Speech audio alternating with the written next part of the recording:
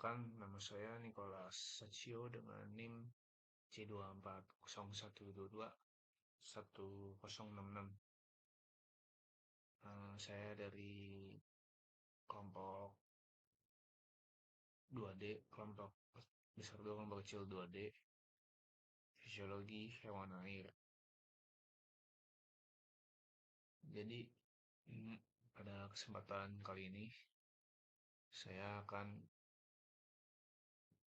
menjelaskan infografis yang telah saya buat di pertemuan kemarin, yaitu infografisnya itu tentang pengukuran laju pengosongan isi lambung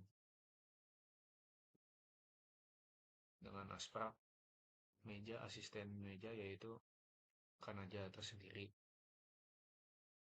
Jadi langsung aja ke pengertiannya. Apa sih pengukuran laju pengosongan isi lambung? Jadi pengertiannya itu kecepatan di mana isi lambung hewan dikosongkan ke dalam usus setelah makanan dicerna dan diserap nutrisinya.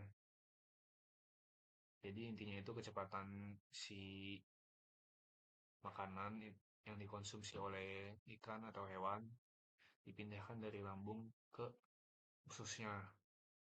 Jadi proses ini cukup penting karena mempengaruhi pencernaan, lalu ada penyerapan nutrisi juga, dan pertumbuhan ikan itu sendiri.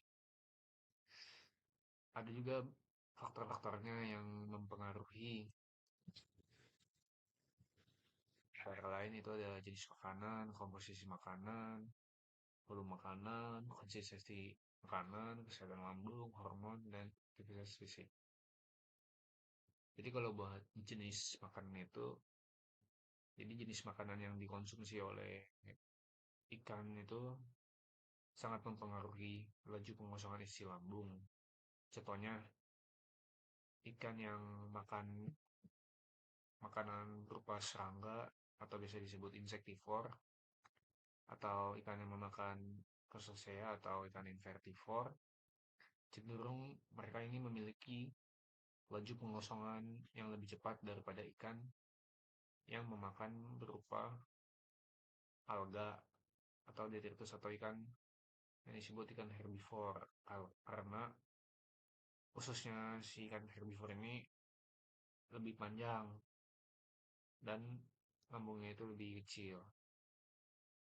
Sedangkan kebalikannya kalau ikan yang carnivore itu ususnya lebih pendek namun lambungnya lebih besar, jadi prosesnya lebih cepat.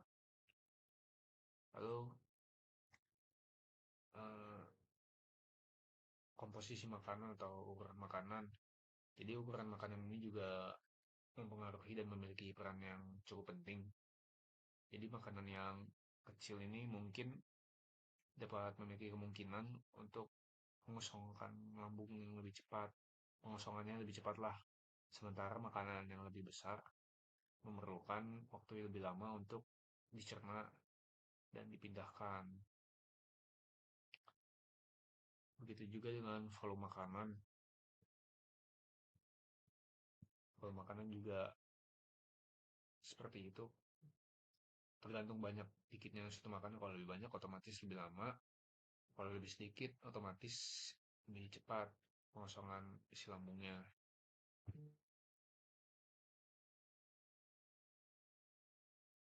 Lalu ada juga konsistensi makanan.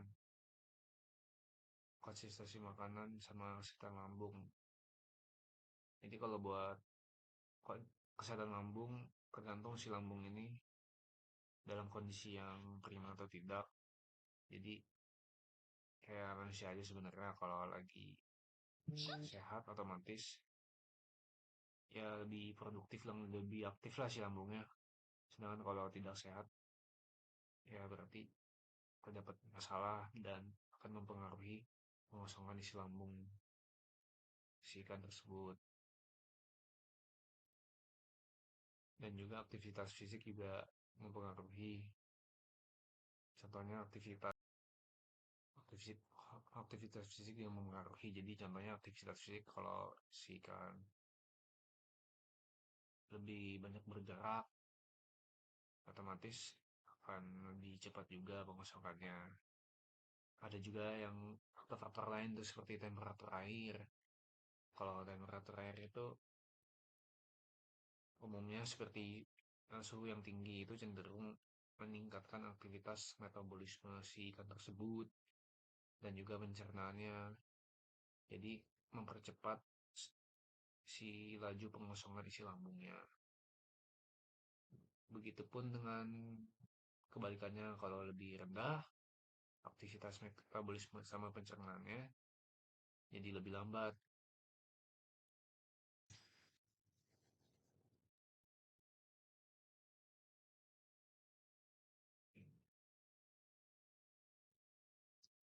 Sama tambahan untuk aktivitas fisik itu bisa yang aktivitas yang lebih intens itu meningkatkan laju pengosongan karena pergerakan makanan melalui saluran pencernaannya itu berhubungan. Lalu kalau buat hubungannya itu antara laju pengosongan isi semakin tinggi ISC, maka semakin efisien juga pencernaan makanan dalam tubuh. Karena tubuh ikan lebih mampu menyerap nutrisi dari makanan yang dikonsumsi. Sedangkan kebalikannya jika ISC-nya itu rendah, pencernaannya itu tidak efisien dan sebagian besar makanan akan dikeluarkan sebagai kotoran yang tanpa diserap dulu, jadi tanpa penyerapan nutrisi. Jadi nutrisinya tidak terserap ke dalam tubuh si ikan, jadi kayak malah ngebuang nutrisi. Kalau untuk perbandingannya, kecepatan evakuasi lambung ikan dipengaruhi oleh massa isi perut si ikan, ukuran ikan, dan juga suhu suhu temperaturnya, lingkungannya itu gimana, sehingga memberikan alat yang berguna untuk mengoptimalkan pertumbuhan dan meminimalkan sisa makanan dalam konduksi. Sedangkan kalau tingkat evakuasi perut yang lambat pada suhu rendah dapat membatasi asupan makanan sehari-hari.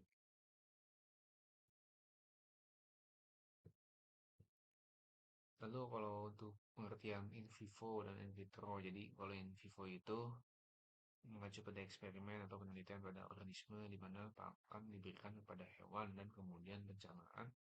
Sedangkan kalau in vitro itu dilakukan di luar organisme hidup atau dalam kondisi buatan. Untuk kanalnya ini di bawah paling bawah yang saya gunakan.